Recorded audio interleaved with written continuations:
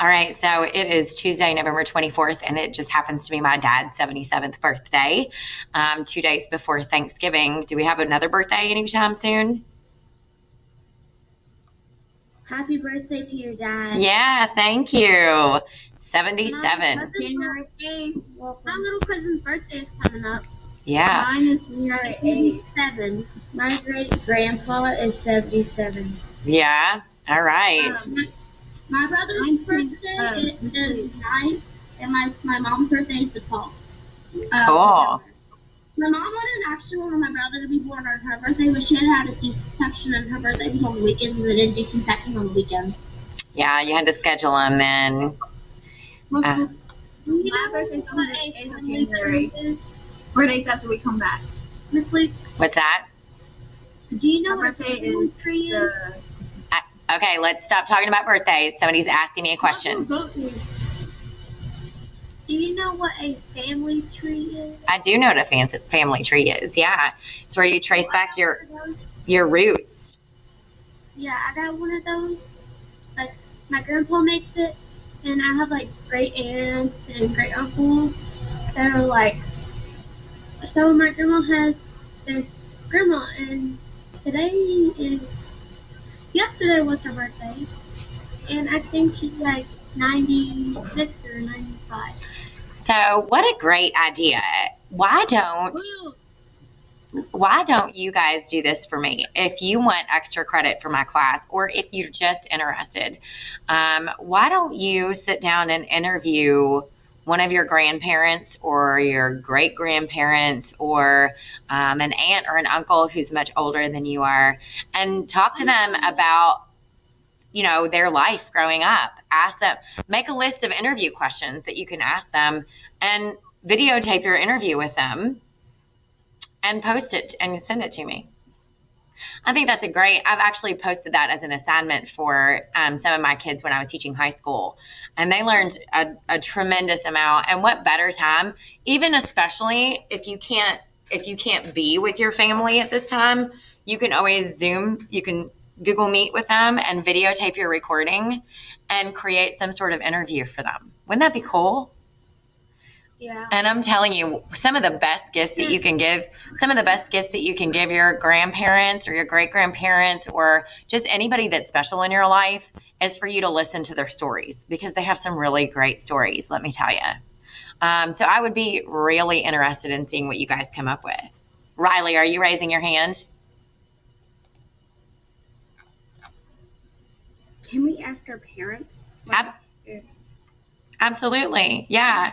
You can interview anybody that you think might appreciate that too. So, but my advice to you is to come up with a list of questions that you definitely want to ask, but don't just stick to those questions, because if they start having stories that they're talking about, you might actually don't interrupt them, but jot down, oh, I want to ask this too, or oh, I want to ask this. So just keep that in mind. Sometimes the best kind of interviews are also impromptu, and you're just listening to their stories and asking them questions that come to mind.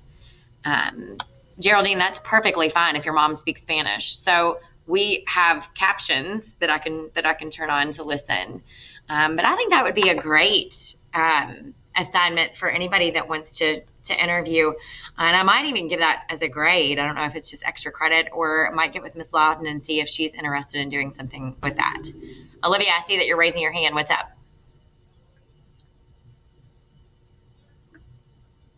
You know what? I think I'm going to interview my grandma, because guess what? She had 13 other siblings, including her, and she was like twin. And she had 13 other siblings, including her, and she grew up in like she was born in the 1940s. I mean, I think I want to interview her. So I think that it's really cool that if you do a little bit of research too, if you knew that she grew up in the 1940s, so World War II was happening in the 1940s, you can also talk about COVID, right? So asking them if anything similar to this has ever happened. I know, when we were not when I was growing up, but when my grandparents were growing up, there was polio that they had to develop a vaccine for, tuberculosis, typhoid fever, yellow fever. So if you look up all the history of all the different diseases, and comparing them to now. I've not experienced anything like this before, but your grandparents or your great-grandparents might have. Now, that's not to say, because in terms of population densities, like we have a whole lot bigger population in terms of like our cities and just densities, clumps of people, and then globalization. Nobody traveled as frequently as they do now. So we're all so interconnected nowadays. There's comparisons and there's similarities, comparisons being differences. So, Mama says that like when she was little, that the boys would like dip. They had like ink, like to write, like they had to use like ink pens and like the ink. And she said that boys would dip their braids in the ink and like things like that would happen. And I was like, wow, that would never happen today because that's not like a thing. Boys would dip their braids in what? Ink, like the writing ink. Oh, like their hair? Like, like when I was a kid. Like, it's so crazy to think how much we advanced, like, technology-wise. Yeah. And, like, how different today is. Like, they didn't have phones back when, they didn't have phones like we do when they were our age. And, because most of us have phones, like our own personal cell phones. I do. But it's crazy to think that even my mom didn't have a cell phone until she was, like, 19. So people go back even farther. Think about how much our time has changed. I didn't have a cell phone when I was growing up. Yeah. Okay. We're gonna start. My 5-year-old cousin has a phone. Yes, we're going to start. Whoever said that, we are getting ready to start right now. But I think, are you ready? So I'm just going to present my screen. Really, the only thing that we're going to go over is what I posted. I thought I posted out to everybody yesterday. But apparently I only posted it to my first period class. So my first period class started this yesterday, but today this morning I posted out to my second and third period class. And it's basically your human impacts constructed response rough draft that's due today.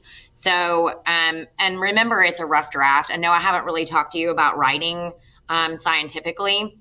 But we're going to do that today. I have posted a video. It's like a 16-minute long video of me explaining the assignment for you. So part of the distance learning. Okay, so mute yourself, please, if you have not already. Part of the distance learning expectations is for you to watch pre-recorded videos for us and get used to that. And then during a Google Meet is your opportunity to ask me questions. So I do have a couple of housekeeping reminders. Check your grades in Infinite Campus. I sent, looks like 18 people an email yesterday saying that they were failing my class due to missing assignments that they had. So make sure that you're checking your emails. If you are resubmitting assignments, you need to make sure that you're emailing me to let me know so that I can go back and grade your assignment, because if you don't let me know, it won't get regraded. I'm not going back to double check to see who's submitting assignments and who isn't. So let's see. The honeybee anatomy Google drawings were due on Friday, and I graded everything yesterday. So if you submit anything beyond that, you need to let me know. So the human impacts constructed response rough draft, I'm going to go to that. It's in your Google Classroom. And then it looks like this. Now notice it's not in the honeybee investigations. It's in human impacts because we're basically referring back to what we've learned about the Holocene epoch moving into the Anthropocene epoch, where humans are now, instead of being passive occupants on the earth, we're now changing what the earth looks like. And so I said for this assignment, you will follow the slideshow, attach and submit a rough draft of the writing in a Google document. Use the pre-made video attached where I explain my expectations to help guide you. So in doing so, remember that anytime you see a blue underlined words, that means that they're hyperlinked. And so I have hyperlinked this to kind of let you know what claim evidence and reasoning looks like. So in my video, we watched this and I explained a little bit about what a claim is, with the difference between a claim and your opinion, because in science, we don't like opinions. In science, you want to base your writing on cold, hard facts that you've researched. And so in looking at your learning targets. So your claim here is the statement that answers the question. Your evidence is the scientific data and details that support your claim. And your reasoning explains how or why the evidence supports the claim. And so like basically your claim is the introductory paragraph, your evidence is the body, and your reasoning is the conclusion where it ties it all up together. Okay.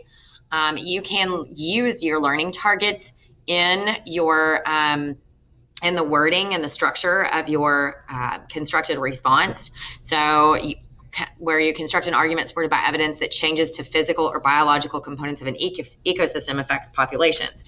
Now we can talk about populations of polar bears. We can talk about populations of humans. We can talk about populations of honeybees. So the question here is construct an argument claiming that humans have gone from being passive occupants living on Earth to actively changing what the Earth looks like, right? And then here are your requirements. Use these vocabulary words, which I gave you 10 vocabulary words on purpose so that it kind of follows the same outline. So you can click on this and find them. You will write 3 paragraphs where the intro is your claim, the body is your evidence, and the conclusion is your reasoning.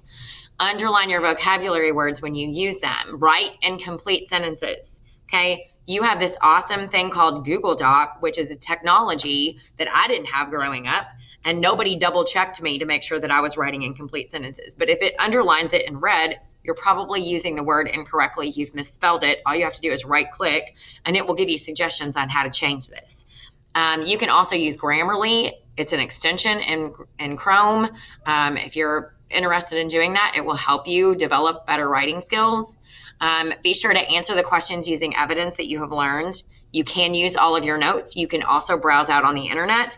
If you put statistics, you might want to put your sources at the bottom. According to nationalgeographic.com, global ice caps are melting at this rate, or humans consume 500,000 tons of carbon dioxide in a day, or something that's so along those lines. You're going to draft it in a Google Doc and submit your first draft to me today. And then you're going to polish your rough draft and submit in a Google form, but not until after I give you revisions to make. Okay. And so I have given you, and this is attached right here in this Google Doc, I have given you kind of shown you how to construct this. So I copied and pasted the question in here. I put my vocabulary in here, and then I've given you a template to use. It's up to you to write this, however. So your claim, restate the question, introduce background knowledge using words. This is just suggestions. You can totally do this differently, but this is what I'm looking for. Introduce the background knowledge using words, using the words Homo sapiens, Holocene, and Anthropocene. Evidence 1, you can use fossil fuels and climate change and sea levels. Evidence 2, pollution leading to death. Like you can use any kind of evidence that you want. I'm just giving you examples here. And then your reasoning in conclusion, as a result of, you can talk about bee colony collapse disorder or our food supply. You can even predict what the future might look like. Okay. One of the things that I want to draw your attention to is that your score is dependent on the rubric. Somebody unmuted themselves. Do you have a question?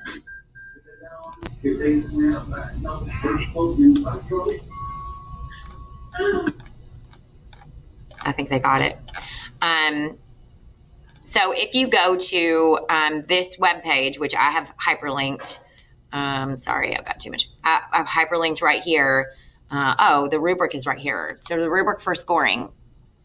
So basically you want to start at proficiency level, which is a 3, makes an accurate complete claim and includes points from the question and the writing, provides all or most of the expected pieces, and provides reasoning components for all or most of the evidence. But if you look at where you go above, you're looking at all aspects of level 3 in a way that engages the reader. So create a hook of some sort. Maybe in your introduction or in your conclusion, that's what I meant by referring to what the future might look like for the human race, right? So keeping it engaging for your audience, and that's what you always want to keep in mind when you're writing is your audience. Is it geared toward your peers? Is it geared toward me and other teachers in the building? Or maybe you're informing your parents, right, of the things that you've learned in class, okay? So really, does anybody have any questions over that? I'm going to Stop presenting. So we're all good, and we all know that a paragraph is 3 to 5 sentences, correct? Yes. So my first introductory paragraph is going to be three sentences, 3 to 5 sentences. My second one is going to be 3 to 5 sentences, and my third one is going to be 3 to 5 sentences. So writing incomplete sentences, grammatically correct, using that technology to help you as a crutch. Is everybody good? Anybody have any questions? Hey, Seuss, do you still have did you raise your hand? Do you have a question? James, did you raise your hand? Do you have a question? Nina, did you raise your hand? Do you have a question? I know we were just kind of playing around with some of the tools too.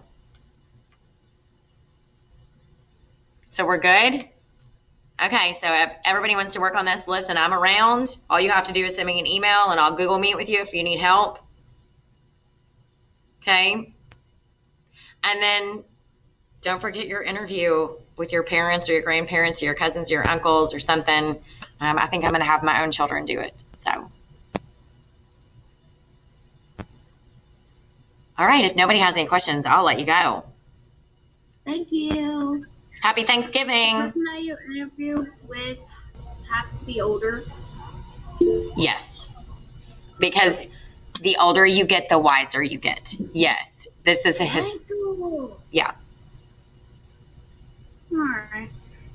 Okay? As my grandma was still alive, she was half black for Indian. So. That's cool. She was. She passed away at 76. Okay, if you guys don't have any more questions, I will see you on Monday or Tuesday, okay? Or hit me up sometime today. Send me an email, okay? Okay. All right, adios, amigos. Happy Thanksgiving. Happy Thanksgiving.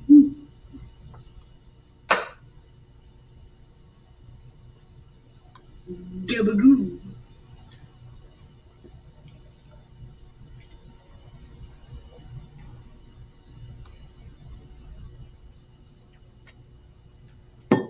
Ashley, you got a question? Cheyenne, you got a question? Hey, Jesus, you got a question? Matthew Riley, you got a question? Udiel, you got a question? Yes. What's up? What's up? So my grandparents, they're in Mexico. Zoom them. Google Meet with them. Call them on the cell phone. Okay. They would love that. Okay. Okay? Just because I don't know if they would do it because my uncle died. Well, that's okay. Your grandparents would love to speak with you. Okay. Okay? How do you record it? Well, so are you going to call them on the phone? Yeah. Okay. So if you're calling them on your cell phone, I think there's a way that you can record your conversation. It might be an app, so look that up. Okay.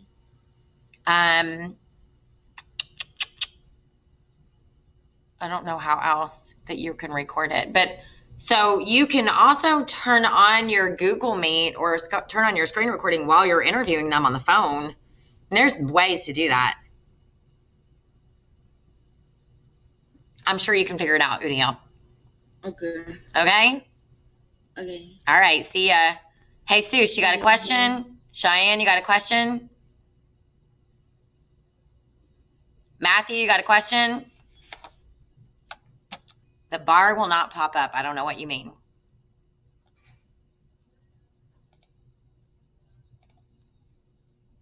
Hey, Seuss, are you there?